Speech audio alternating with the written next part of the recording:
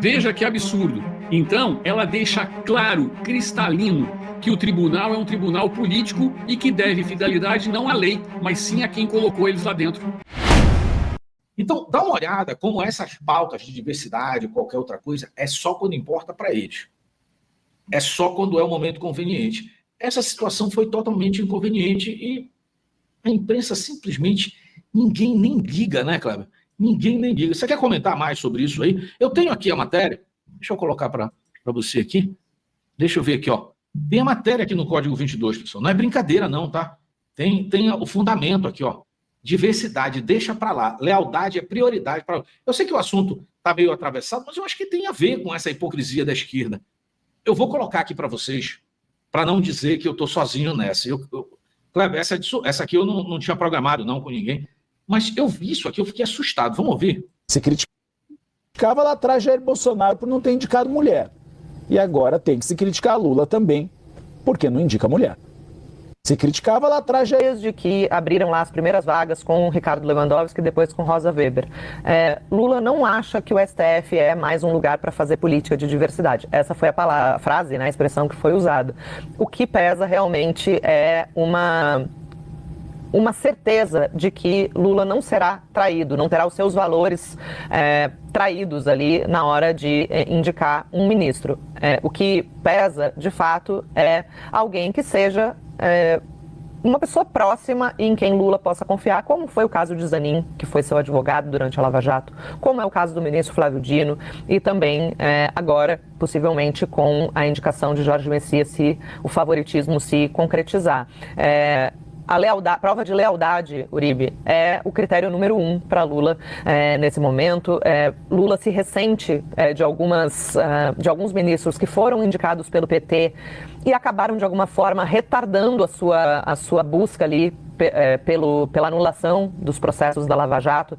Então, até fui procurar aqui, dos 6 votos lá atrás que negaram a Lula aquele habeas corpus preventivo e permitiram que a sua prisão fosse efetivada, 6 chegaram à corte pela caneta do PT, seja por Lula, seja por Dilma. Então, Carmen Lúcia, Luiz Fux, Rosa Weber, o próprio Barroso e o ministro Edson Fachin. Naquele momento não se havia dimensão, não se havia notícias ainda do conluio que se demonstrou depois entre Justiça e Ministério Público, entre Moro e Deltan Dallagnol, chefe da Força-Tarefa da Lava Jato, no Ministério Público, e tudo aquilo que depois veio pela Vaza Jato e acabou sacramentando a anulação de vários atos da operação e permitindo, né, que Lula acabasse podendo de volta elegibilidade, né, poder disputar e ganhar a eleição, como foi o caso de 2022.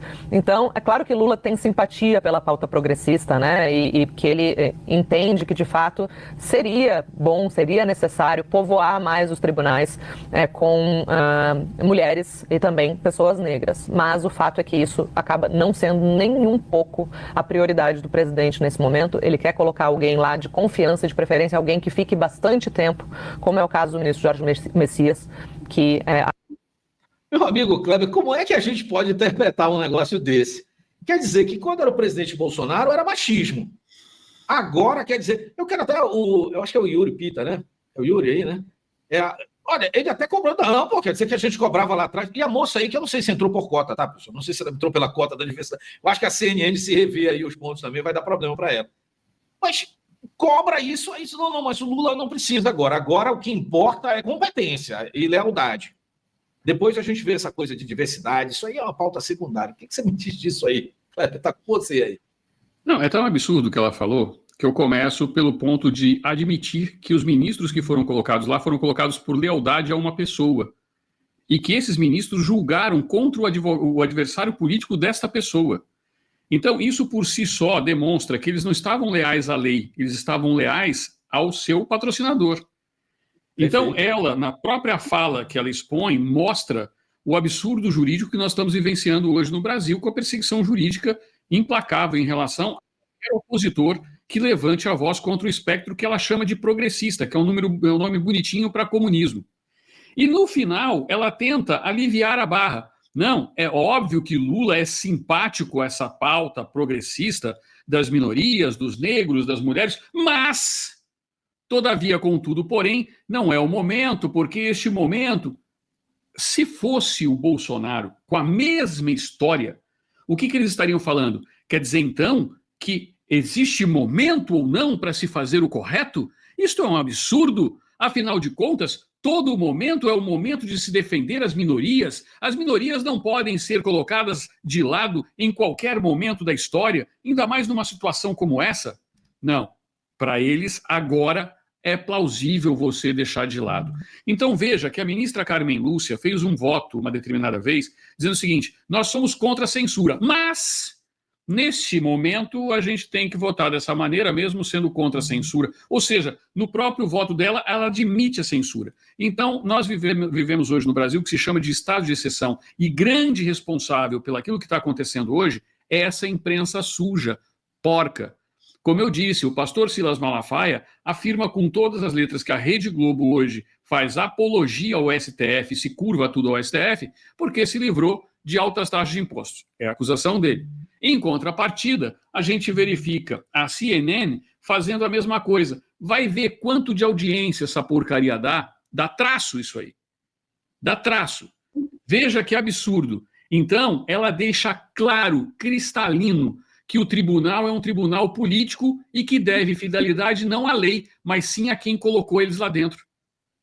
Olha esta frase que essa mulher, que é comentarista de casos jurídicos da CNN, ela deixa claro, cristalino para tudo isso. Mas calma, pessoal. Calma.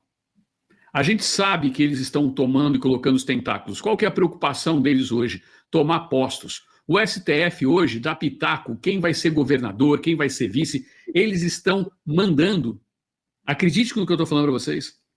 Eu tenho informação aqui de que o STF está mandando na política. Quem que o governador tem que indicar, quem que o partido vai lançar aqui ou ali. Isso é um absurdo. Por isso que o Barroso pulou fora, por isso que a Carmen Lúcia está querendo pular fora, porque este poder que eles detinham até pouco tempo está subjugado. E o recado que o Trump mandou hoje foi cristalino. Acabou lá, vai olhar para cá.